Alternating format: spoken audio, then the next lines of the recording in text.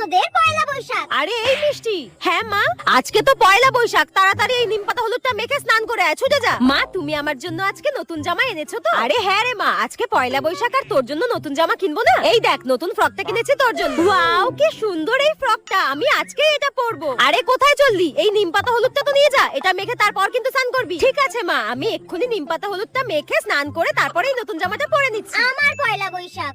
আজকে তো পয়লা বৈশাখ, মা যে নতুন জামাটা দেবে ওটা পরে পল্টুর সঙ্গে ঘুরতে যাবো। কি রে যাবি? তুই এখনো স্নান করতে যাসনি? আজকে বছরের শুরুর একটা দিন, আজকে পয়লা বৈশাখ। হ্যাঁ মা, এই তো আমি এক্ষুনি স্নানে যাচ্ছিলাম। মা, আমার নতুন জামাটা দাও, ওটা পরেই তো আজকে আমি ঘুরতে যাব। হ্যাঁ, কিনে রেখেছি আমি তোর জন্য নতুন জামা, দাঁড়া আনছি, দাঁড়া। এই যে টেপি, পয়লা বৈশাখে পরবি বলে আমি নতুন নাইটি কিনে রেখেছি তোর জন্য, নে ধর। হ্যাঁ মা, তুমি পয়লা বৈশাখে আমার জন্য নাইটি কিনেছো? কোথাও যাবি না তুই, চুপচাপ নাইটিটা পরে ঘরের মধ্যে বসে থাকবি। আমি পরবো না নাইটিটা, তুমি পরে বসে থাকো, লাগবে না আমার নতুন জামা।